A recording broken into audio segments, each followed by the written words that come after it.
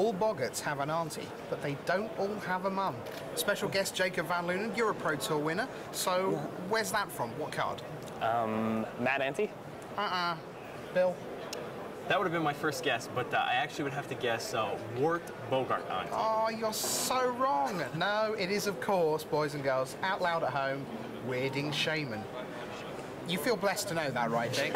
I'm pretty happy about it. Okay, fantastic. Now, you've come here to do a deck tech for us. Thanks for taking the time out of a very busy tournament day, and you've got a screamer of a deck here. We're basically talking about Kithkin, right? Mm-hmm. Okay. Do you like Kithkin? Did you like it before when it was triple Lorwyn? Now I love it. Okay. I used to think it was awful. I used to think it was a deck that at most you'd really win one match, like barring your opponents getting very bad draws. But the new set gives you Bombardier and Zephyronaut, both of which are pretty ridiculous. Yeah, so it also gives you three here: the Burrington Bombardier, it's got Reinforced 2, and the Zephyronaut. On the face of it, they're quite innocuous because they're little 2/2 guys. But if you have the critical mass, that's when they get silly, because then they turn into Serra Angel, right? Exactly. I have 19 Kithkin spells, so they're activating roughly 50% of the time, or not quite 50, but close. Sure. So. Then another good thing about the new set is that red and white were both given common changelings that are definitely playable, which activate your Kithkin Greathearts. That's very important to the deck's cohesiveness. I noticed for newer players that the way you've sort of laid the deck out, you've done it by casting cost, and it's very noticeable that you've got this rake of spells at 2, Double Surge of Thought Weft, 7 monsters. Now, is that just inherent to Kithkin, or is that what you're trying to achieve because the guys are small and you want a lot of them out quickly? What's the deal with that? I think in this format, I want every deck's curve to look like this. Okay. There might be 1 or 2 bombs that might sit over here. Yep. But in this format, I feel that people are playing very, very aggressive decks if they're doing well. And if you want to do well, you need to keep up. This isn't a format where people catch up often. All right. That's why cards like card drawing spells have gone down in value a lot. All like right. Muldrifter is not a first pick anymore. So a card like Distant Melody, you would say, no, that's not the best. Distant Melody, I feel, can be a good splash if you have multiple Vivid Lands and you're drafting elves. But I am not in the camp that says it's like 3rd pick worthy. Okay. Bill, what's your take on the deck looking at this? Because this just looks great to me. It does look great. And Jacob, I got to agree with you. In Triple Lorwyn, I think Kithkin was pretty weak, but it's gotten a lot better with the Bombardier and the Zephyronaut, as you said. One of the big questions that a lot of pros have been struggling with this weekend is how early they should be trying to force a class or race of creatures in order to draft that. How did you try to force Kithkin for this draft, or did it just fall into your lap? It kind of fell into my lap. My general strategy is for the first 3 picks or so, I want to be drafting just very strong cards. I first picked Chandra, which seems pretty obvious. That counts. I second picked the Cryptic Comment. Okay. And I third picked the Lash Out. 4th pick, there was a Wizensen in the pack, which is a huge signal.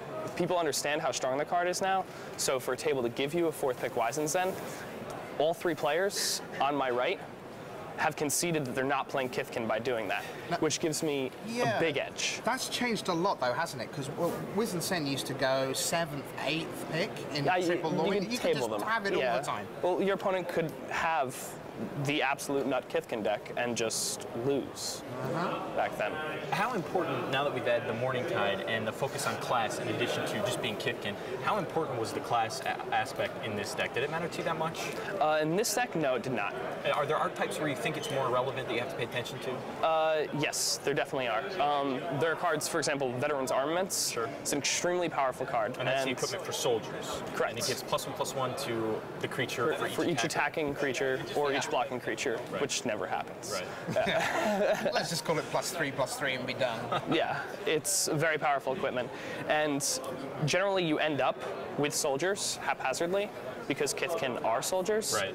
So strong soldier cards obviously fit into the deck from from the final pack, but in this deck, it wasn't really relevant. Sure. Although Okay. it could have been. Before we started filming, we were talking briefly about Weight of Conscience and the loss of the Oblivion Rings. Now that we have one less pack of Lorwyn, you said that you would draft either the Bombardier or the Kithkin Zephyronaut over the removal spell. Is that accurate? Yes. I'd also draft both Changelings over the... Okay, and both Changeling, you're talking about the Warspike Changeling and the Changeling Sentinel in the red and white? Yeah, Correct. And Changeling Sentinel is a very weak card. Sure. I was going to say, because the Warspike Changeling, when everyone understands why that's good, because it's got that little activation there going, ka-ching, first strike. But the 3/2 Vigilant guy, Vigilant's not a big deal. So why do you like the Changeling Sentinel? Kithkin Greatheart's a common from the first pack that you can normally get fairly late, and it's extremely important to this deck. Normally I like to have at least 3 of it, and you can usually get 4 of it. This deck only has 2, but its weaknesses are obviously less glaring than its strengths. So, but the Changelings activate the Greatheart, making it extremely difficult to race you or trade with you. Because at that point, it's not a 2/1. It's an enormous first striking guy.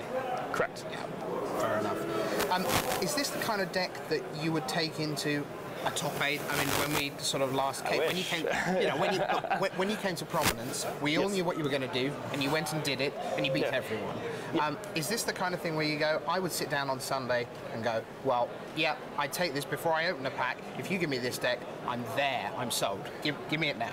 Yes, definitely. All right.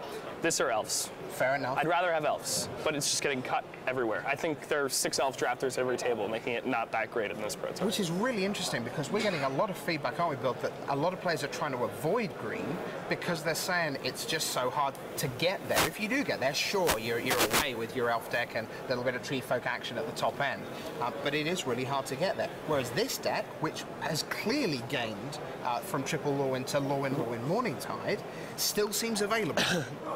Why? I'm really not sure. I think people probably have a lot of bad blood with the deck. People are used to having drafted the deck and ended up 1-2. Having drafted the deck, ended up 0-3. Lost plenty of tickets on Magic Online, I'm sure. Do you think it's also that the Pro Tour, because we've talked before, particularly the idea that the Pro Tour is fundamentally a controlled environment. Players like to be controlling. You look at constructed like Yokohama, White Weenie, apparently a really strong deck, utterly annihilated because the Pro Tour is packed full of control players. So for someone like you who loves the aggro, you've got a real window of opportunity there, right? Definitely. All the board sweeping effects are uncommon or rare in this set, which is absolutely huge. The only exception to that might be Hurly-Burly, which only really kills 3 of the creatures in this deck, so the chance of me getting 2 for 1 You're are really very small. looking at Final Revels and Thundercloud Shamans, aren't you? It's like, oh, I don't want to see them, thank you. And in the first round is a new addition from Morningtide, though, that you have to keep in mind as well. Fester Creep is Fester Creep and Weed Pruner Popular are the main reason why blue is no longer good. Yeah.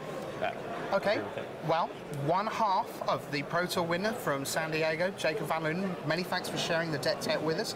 Best of luck with the Kithkin. Go Kithkin, go Soldiers. And we'll see you really soon on the Tournament Centre. Bye for now. So long.